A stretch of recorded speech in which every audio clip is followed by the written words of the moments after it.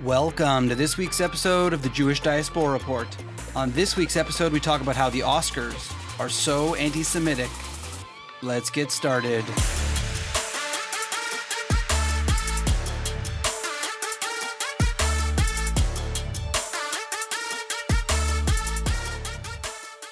I'm sure most of my listeners by now have seen all of the headlines about the Oscars this year and how anti-Semitic it was. I want to go through a couple of these major issues and talk about them because I think they're really important to not only see where the world is at this time, but how backwards things have become, and on the world's biggest stage, how disappointing it is to see the anti-Semitism go mainstream.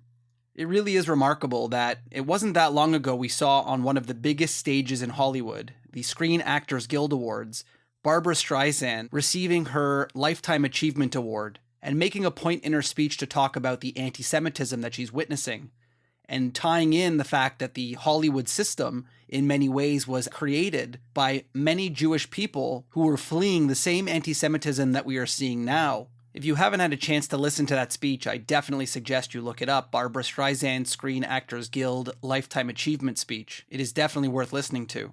But on the heels of that speech, we see the Oscars only a few weeks later becoming the most anti-Semitic Oscars probably in history. Some of my listeners who may be more in the middle on some of these issues might suggest that they weren't really anti-Semitic issues. These are Gaza and Israel and world conflict. It has nothing to do with the Jews. However, when you listen to this podcast, assuming you listen all the way to the end, you'll find out that many of the things that they are dressing up as anti-Israel or pro-Palestinian is really actually anti-Semitic. We'll start outside of the event. For some people who follow the news a little closer, you may have heard the protests that were happening outside the Dolby Theater where the Oscars were taking place. Organized protests took place outside the theater by filmmakers for a ceasefire and other groups who were trying to disrupt the Dolby Theater as much as they could. Fortunately enough for anybody who's watching the show, it didn't make that much of an impact. However, they were there trying to get the message out calling for a ceasefire. We'll get to that in a moment. But we saw that issue taken further as people inside the event also shared some of the same views. Most people by now have seen the pictures going around online about these pins that people were wearing. A handful of celebrities, obviously on the left, were trying to raise awareness for the supposed Palestinian cause and again asking for a ceasefire by wearing these pins that from a distance kind of just looked like a red circle. On closer inspection, when you look at the photos or get close up to these pins, you'll realize it's actually the symbol of a handprint in red on a button. To most lay people who aren't very familiar with the history of the Middle East because you only became interested in it when a war started or a terrorist attack started, and I don't blame you for that, I'll explain to you what these red hands actually symbolize because many people have no idea. Maybe even the actors themselves who are wearing the pins. At least I hope that's the case. The origin of these red hand symbols is quite nefarious. It's not as harmless as I guess some people like to think.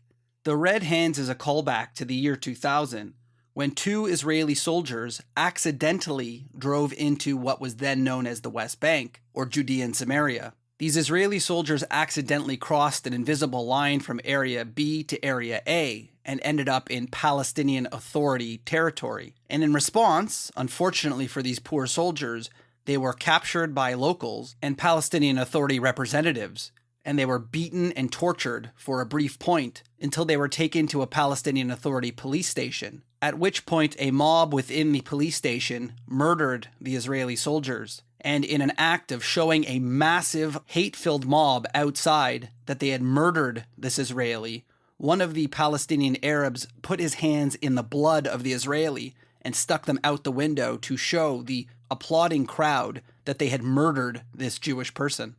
The symbol of the red hands symbolizes the death and torture of a Jewish person and has become a sign of the quote-unquote resistance by death and destruction. This is definitely not a story of peace and coexistence.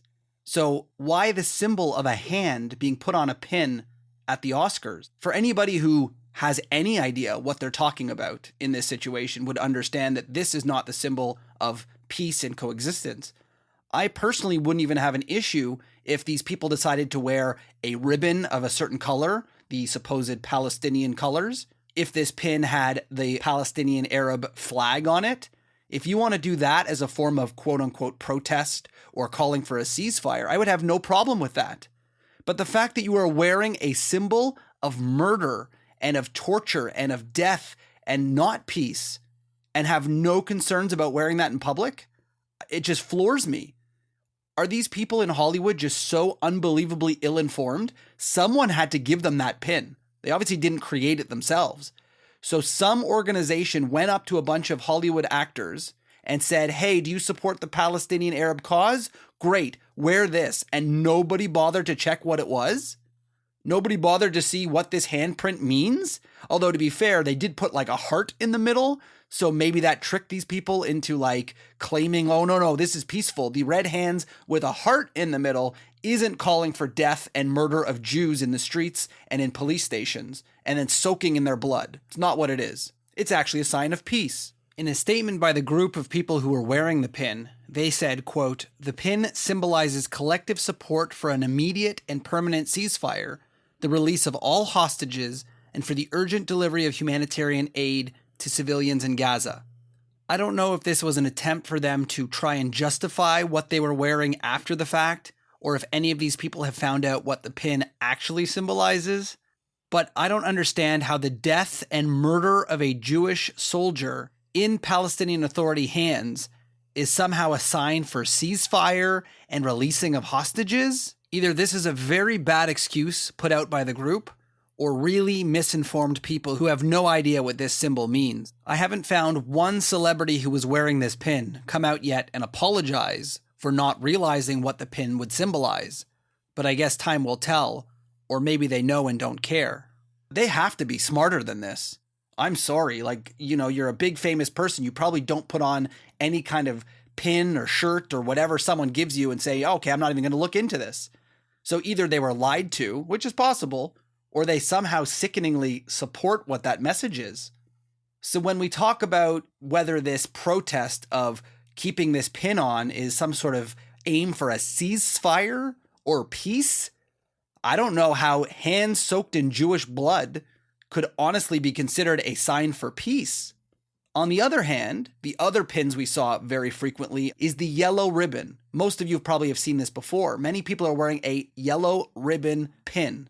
And the reason for this yellow ribbon pin is to show bring back our hostages. So if you notice the two sides here, on the one hand, we have a pin celebrating the murder of Jews and supposedly resistance at all costs, including violence.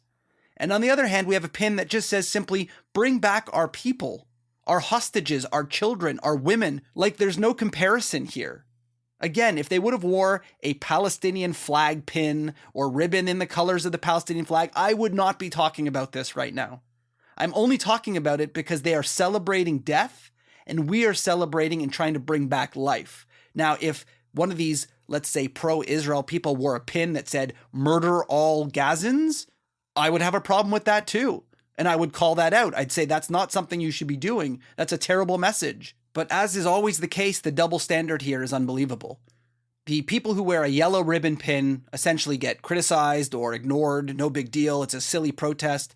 And then meanwhile, people wear death to Jew pins and everyone's fine with it and celebrating it, cheering. And on that same note, we saw the unbelievable cheers from the crowd when one of the winners, a Jewish man, Jonathan Glazer, who won an award for a Holocaust film, standing up in front of a crowd of people and, quote, refutes his Jewishness, whatever the heck that means. I don't know, you giving up your Jew card? I don't understand how you can refute your Jewishness.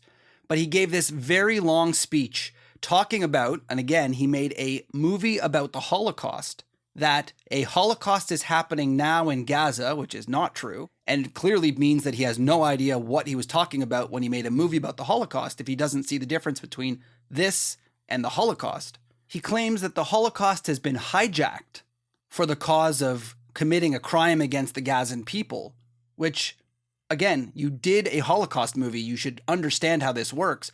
A, there's no Holocaust happening if you know how the Holocaust works. And B, isn't it ironic that you yourself are trivializing the Holocaust and the memory of the Holocaust by comparing it to what's going on in Gaza? So in fact, you and everybody else who compares what's going on with Gaza right now to a Holocaust are the actual people hijacking the Holocaust.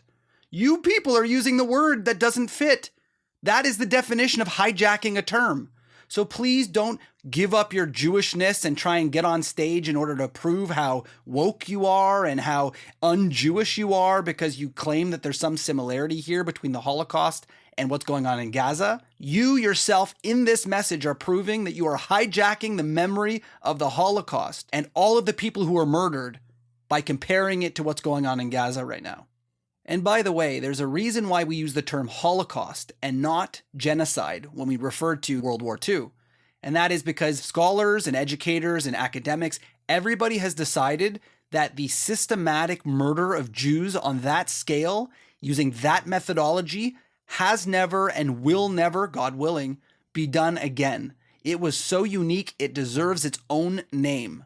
Therefore, it can never and should never be compared to anything else. Holocaust is only and specifically about the systematic murder of Jews by the Nazis.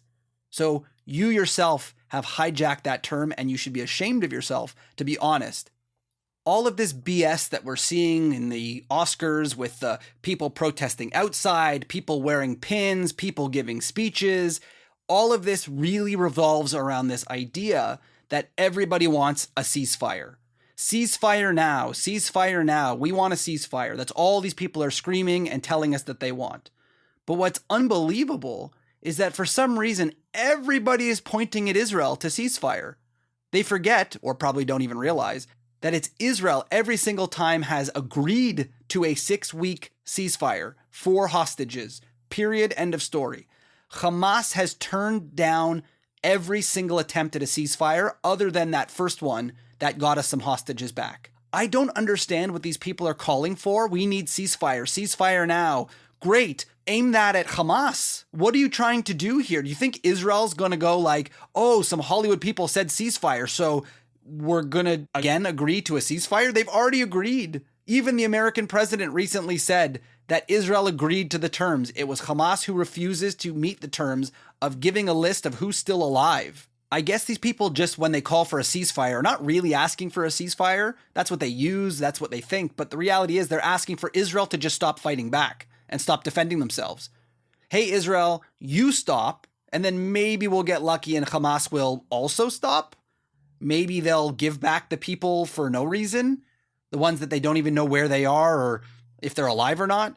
I would just love to point out the reality that is that Hamas claims that in this current situation, they don't know where any of the hostages are. They don't know who is alive, who's not, and they need a ceasefire to sort it out and find out all the information, do some investigations. And it may take some time for that.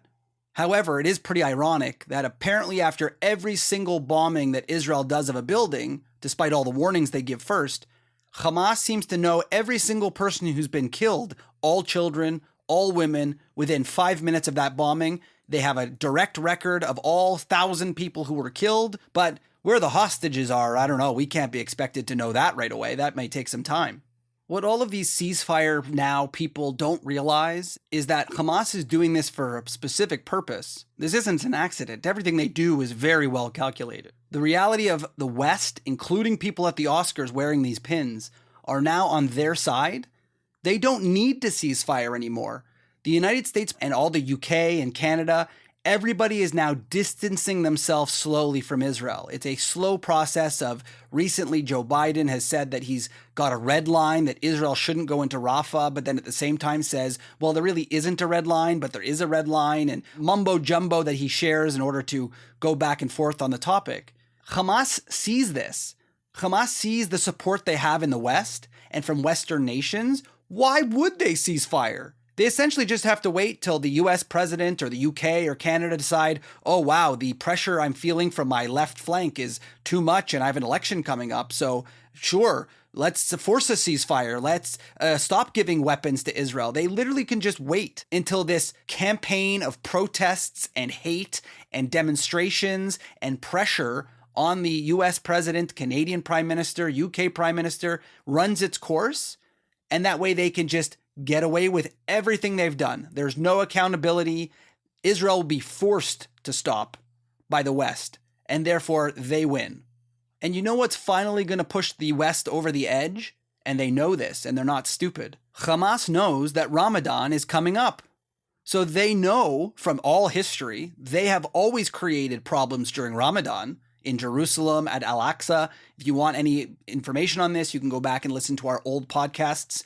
Over the last 2 years, we've talked about this because every Ramadan, Hamas starts problems at the Temple Mount in order to get Arab, but also world sympathy, where they very carefully depict themselves as being victims at the Temple Mount. They're not allowed to pray. And so Hamas knew that Ramadan was coming up and that they'd get even more Western and Arab alliances to be on their side once the fake videos of people getting beaten and not allowed to pray and all these other propaganda films that they put out, that if they just wait this out past Ramadan, for sure the world is going to be on their side. And they're going to put even more pressure on Israel to literally just go away, leave your hostages, they're gone, too bad, take your troops out, and maybe you'll be lucky enough to get your hostages back in a few years for 10,000 terrorist prisoners.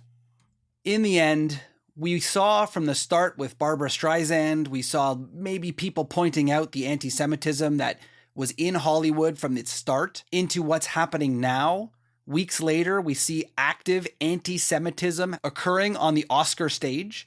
People wearing pins that symbolize death of Jews and Israelis. We see people giving speeches to try and tokenize themselves and say, I give up my Jewishness, and actually themselves trivializing the Holocaust. But most of all, we see that this ceasefire crowd that has infiltrated pretty much every facet of the Western world at this point, including the biggest stage in movie history, has only caused Hamas to be emboldened to not do a ceasefire because they see that their PR BS is working. It is working on the West like it was intended in order to get people to apparently wear pins calling for the death of Jews on stage at an awards show. And nobody blinks an eye. People are rallying in Washington, D.C. and many places around North America calling for the death of Jews in an intifada. And yet, again, nobody blinks an eye. It is just so ironic that the people calling for a ceasefire are probably the reason why there isn't a ceasefire.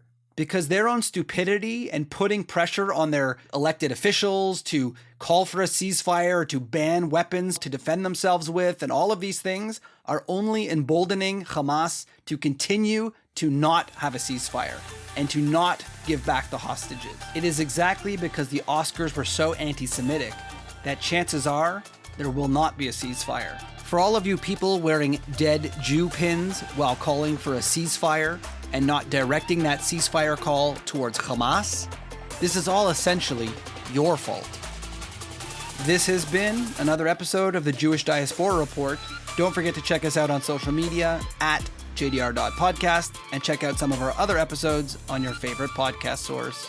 We'll see you next time.